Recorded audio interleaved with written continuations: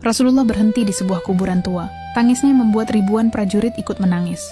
Debu mengepul di perjalanan menuju Makkah. Ribuan prajurit berjalan di belakang Rasulullah Shallallahu Alaihi Wasallam. Ini bukan perjalanan biasa. Rombongan ini sangat besar, dengan tujuan yang penting.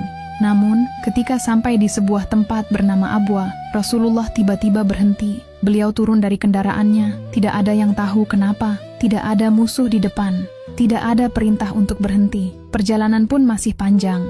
Rasulullah kemudian berjalan menjauh dari rombongan, menuju sebuah kuburan tua. Bagi orang-orang yang melihatnya, kuburan itu mungkin terlihat biasa saja, tapi bagi Rasulullah, tempat itu sangat berarti. Di bawah tanah itu dimakamkan seorang wanita bernama Sayyidah Aminah binti Wahib, ibu kandung Rasulullah Shallallahu Alaihi Wasallam. Sayyidah Aminah wafat ketika Rasulullah masih berusia 6 tahun.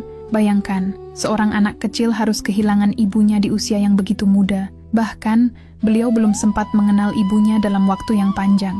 Sekarang puluhan tahun telah berlalu. Anak kecil itu telah menjadi seorang nabi.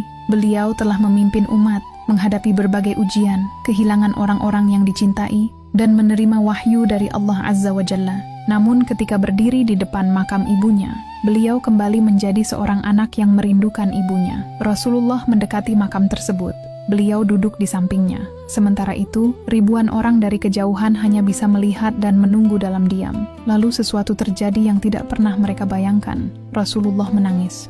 Tangisan beliau begitu dalam, hingga orang-orang di sekitarnya ikut menangis.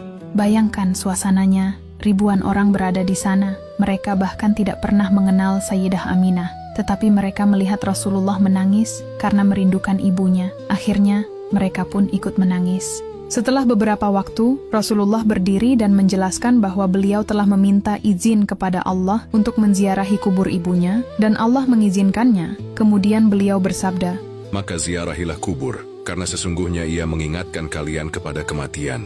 Ada pelajaran besar dari peristiwa ini. Rasulullah adalah manusia yang sangat kuat dalam menghadapi ujian, tetapi ketika berada di depan makam ibunya, beliau menangis. Kehilangan memang mengubah banyak hal, tapi kasih sayang kepada orang tua tetap tinggal di hati, meski mereka sudah tidak ada di sisi kita. Doa dan kebaikan yang pernah mereka ajarkan tetap bisa kita teruskan.